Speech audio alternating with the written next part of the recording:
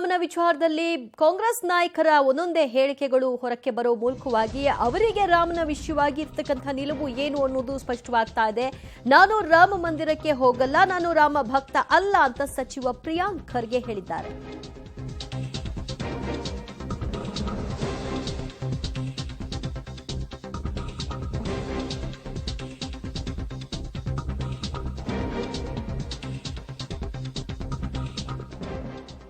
ನಾನು ರಾಮ ಮಂದಿರಕ್ಕೆ ಹೋಗಲ್ಲ, ಕಾರಣ ನಾನು ರಾಮ ಭಕ್ತ ಅಲ್ಲ, ಹೀಗಂತ ಸಚಿವ ಪ್ರಿಯಾಂಕ್ ಖರ್ಗೆ ಅವರು ತಮ್ಮ ಹೇಳಿಕೆಯನ್ನ ವ್ಯಕ್ತಪಡಿಸಿದ್ದಾರೆ. ಸಿಎಂ ಸಾಹೇಬ್ರು ಹೇಳಿದ್ರೆ ಕಲೆ ವಾಸ್ತುಶಿಲ್ಪ ನೋಡಲು ಹೋಗ್ತೀನಿ ಅಂತ ಕೂಡ ಹೇಳಿದ್ದಾರೆ.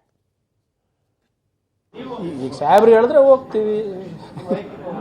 ನೋಡಿ, ನಾನು ಹೇಳಿದ್ನಲ್ಲ, ವೈಯಕ್ತಿಕ ನನ್ನದು ಇಂಟ್ರೆಸ್ಟ್ ಇದ್ರೆ ಕಲೀಲಿಕ್ಕೆ. ನಾನು ಬನಾರಸಿಗೆ ಯಾರಾದ್ರೂ ಕರೆದಿದ್ರ, ನನಗೆ ರಿಷಿಕೇಶಿಗೆ ಯಾರಾದ್ರೂ ಹೋಗಂತ ಹೇಳಿದ್ರೆ ನಾನೇ ಹೋಗಿದ್ದೀನಿ. ಕಲೀಲಿಕ್ಕೆ ಹೋಗ್ತೀನಿ. ಭಕ್ತಿ ಇಲ್ಲ, ನಾನೇನು ಮಾಡಲಿ? ನಾನು ಜನತಾ ಜನಾರ್ದನದಲ್ಲಿ ನಂಬಿಕೆ ಇಟ್ಟವನು. ನಾನು ಸಂವಿಧಾನ ಭಕ್ತ. ಕ್ಲಿಯರ್ ಆಯ್ತೇನ್ರಿ? ಸಂವಿಧಾನದ ಭಕ್ತ ನಾನು. ಸಂವಿಧಾನದಲ್ಲಿ ಎಲ್ಲರಿಗೂ ಅವಕಾಶ ಇದೆ. ಓಕೆ, ಈ ಬಗ್ಗೆ ಮತ್ತಷ್ಟು ಮಾಹಿತಿ ಕೊಡ್ತಾರೆ ನಮ್ಮ ಪ್ರತಿನಿಧಿ ಸುಕೇಶ್. ಸುಕೇಶ್, ಕಾಂಗ್ರೆಸ್ ಪ್ರಕಾರವಾಗಿ ಬಿಜೆಪಿಯ ರಾಮ ಅಂದ್ರೆ ಯಾರು?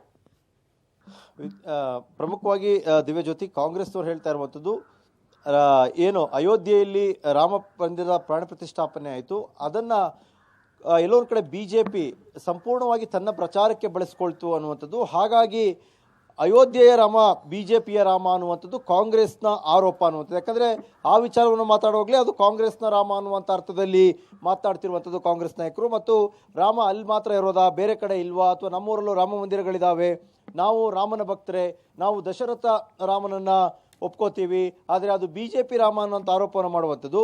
ಸಹಜವಾಗಿಯೇ ಅಯೋಧ್ಯೆಯಲ್ಲಿ ಪ್ರಾಣ ಪ್ರತಿಷ್ಠಾಪನೆ ಆದಂತಹ ರಾಮ ಮಂದಿರದ ವಿಚಾರವನ್ನೇ ಬಿಜೆಪಿಯ ರಾಮ ಅನ್ನುವಂಥ ರೀತಿಯಲ್ಲಿ ಕರೀಲಿಕ್ಕೆ ಕಾಂಗ್ರೆಸ್ ನಾಯಕರು ಮುಂದಾದಂತೆ ಕಾಣಿಸ್ತಾ ಇದೆ. ಅದನ್ನೇ ಮೊದಲಿಂದಲೂ ಅವರು ಕೂಡ ಹೇಳ್ತಾ ಇದ್ದಂತೆ, ಈಗಲೂ ಕೂಡ ಅದನ್ನೇ ಕೂಡ ಹೇಳದಂತೆ ಕಾಣಿಸ್ತಾ ಇದೆ. ದಿವ್ಯಜ್ಯೋತಿ, ಪ್ರಿಯಾಂಕ್ ಖರ್ಗೆ ಹೇಳ್ತಾರೆ ಸಿಎಂ ಹೇಳಿದ್ರೆ ನಾನು ರಾಮ ಮಂದಿರಕ್ಕೆ ಹೋಗ್ತೀನಿ ಅಂತ.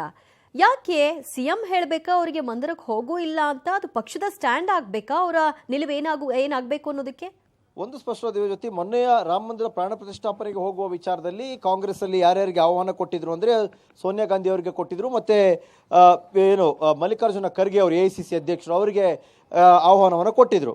ಈ ವಿಚಾರದಲ್ಲಿ ಹೋಗ್ಬೇಕಾ ಬೇಡ ಅನ್ನುವಂಥದ್ದು ಪಕ್ಷದ ಡಿಸಿಷನ್ ಅನ್ನುವಂಥ ರೀತಿಯಲ್ಲಿ ಪಕ್ಷ ಒಂದು ನಿರ್ಧಾರ ಕೈಗೊಂಡಿತ್ತು.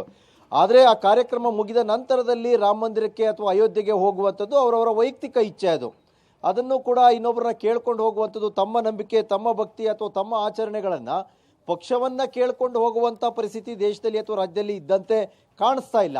ಪ್ರಿಯಾಂಕ್ ಖರ್ಗೆ ಅವರು ಯಾವ ಅರ್ಥದಲ್ಲಿ ಆ ಮಾತನ್ನ ಹೇಳಿದ್ರು ಅನ್ನೋದು ಕೂಡ ಪ್ರಶ್ನೆ ಆಗುತ್ತೆ. ಆದರೆ ಒಂದಂತೂ ಸ್ಪಷ್ಟ, ಆನಂತರದಲ್ಲಿ ಹೋಗೋದಾದ್ರೆ ಅವರವರ ಇಚ್ಛೆ, ಅದು ವೈಯಕ್ತಿಕವಾದಂಥ ನಿರ್ಧಾರ ಕೂಡ ಆಗಿರುತ್ತೆ. ಆದರೆ ಅದನ್ನೂ ಕೂಡ ಮುಖ್ಯಮಂತ್ರಿಗಳೇ ಹೇಳಬೇಕು ಅನ್ನುವಂತಹ ಪರಿಸ್ಥಿತಿ ರಾಜ್ಯ ಕಾಂಗ್ರೆಸ್ನಲ್ಲಿ ಇದೆಯಾ ಅನ್ನುವಂಥದ್ದು ಕೂಡ ಪ್ರಶ್ನೆ ಆಗುತ್ತೆ. ದಿವ್ಯಜ್ಯೋತಿ, ಈಗ ಬಿಜೆಪಿ ಎಲ್ಲಿ ಹೇಳಿದೆ ಅವರು ದೇಗುಲ ಕಡೆ ಹೋಗ್ತಾ ಇರೋದು ಅದು ರಾಜಕಾರಣ, ಅಥವಾ ಅವರು ದೇವಸ್ಥಾನಗಳಲ್ಲಿ ಪೂಜೆ ಮಾಡ್ತಾ ಇರೋದು ನಾವು ಕೂಡ ಹಿಂದೂ ಪರವಾಗಿದ್ದೀವಿ ಅಂತ ತೋರಿಸ್ಕೊಳ್ಳಿಕ್ಕೆ ಅಂತ? ಎಲ್ಲವೂ ಕೂಡ ಇವರು ಅಸಂಪ್ಷನ್ ಅಥವಾ ಅದನ್ನ ಯಾರಿಗೋ ಮೆಸೇಜ್ ಪಾಸ್ ಮಾಡೋ ಸಲುವಾಗಿ ಇದೆಲ್ಲವನ್ನು ಕೂಡ ಮಾಡ್ತಾ ಇದ್ದಾರಾ? ಸ್ಪಷ್ಟ ದಿವ್ಯಜ್ಯೋತಿ, ಈ ಬಾರಿ ರಾಮ ಮಂದಿರದ ವಿಚಾರವನ್ನ ಹೇಗೆ ಹ್ಯಾಂಡಲ್ ಮಾಡಬೇಕು ಅನ್ನುವಂಥ ವಿಚಾರದಲ್ಲಿ ಕಾಂಗ್ರೆಸ್ ವಿಫಲವಾದಂತೆ ಕಾಣಿಸ್ತಾ ಇದೆ. ಅದು ರಾಷ್ಟ್ರ ಮಟ್ಟದಲ್ಲಿ ಇರ್ಬೋದು, ರಾಜ್ಯ ಮಟ್ಟದಲ್ಲಿ ಇರ್ಬೋದು.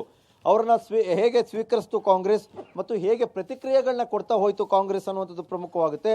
ಅಕಸ್ಮಾತ್ ಅವರು ನಾವು ಎಲ್ಲವೂ ಅಥವಾ ಆಚರಣೆಯ ಪರವಾಗಿ ರಾಮ ಮಂದಿರದ ವಿಚಾರದಲ್ಲಿ ನಮ್ಮ ಸ್ಟ್ಯಾಂಡ್ ಹೀಗಿದೆ ಅನ್ನುವಂಥ ವಿಚಾರದಲ್ಲಿ ಮೊದಲಿನಿಂದ ಒಂದು ಸ್ಟ್ಯಾಂಡಿಗೆ ಸ್ಟಿಕ್ ಆನ್ ಆಗಲಿಲ್ಲ ಅಥವಾ ಪಕ್ಷದ ನಿಲುವನ್ನು ಪ್ರಕಟಿಸಲಿಲ್ಲ, ಹೋಗ್ಬೇಕಾ ಬೇಡವಾ ಅನ್ನುವಂಥ ವಿಚಾರದಲ್ಲಿ ಗೊಂದಲ, ಆನಂತರ ರಾಮ ಮಂದಿರದ ಹೆಸರಲ್ಲಿ ಮಾತಾಡುವಂಥ ನಾಯಕರುಗಳ ಪ್ರತ್ಯೇಕವಾದಂಥ ವಿವಾದಾತ್ಮಕ ಮಾತುಗಳು, ಇವೆಲ್ಲವೂ ಕೂಡ ಕಾಂಗ್ರೆಸ್ ಎಲ್ಲೋ ಒಂದು ಕಡೆ ರಾಮ ಮಂದಿರದ ವಿಚಾರದಲ್ಲಿ ಒಂದು ಸ್ಪಷ್ಟ ನಿಲುವಿಗೆ ಬರುವಲ್ಲಿ ವಿಫಲವಾದಂಥದ್ದೇ ಬಹುಶಃ ಈ ಎಲ್ಲ ವಿವಾದದ ಮೂಲ ಅಂತ ಅನಿಸುತ್ತೆ.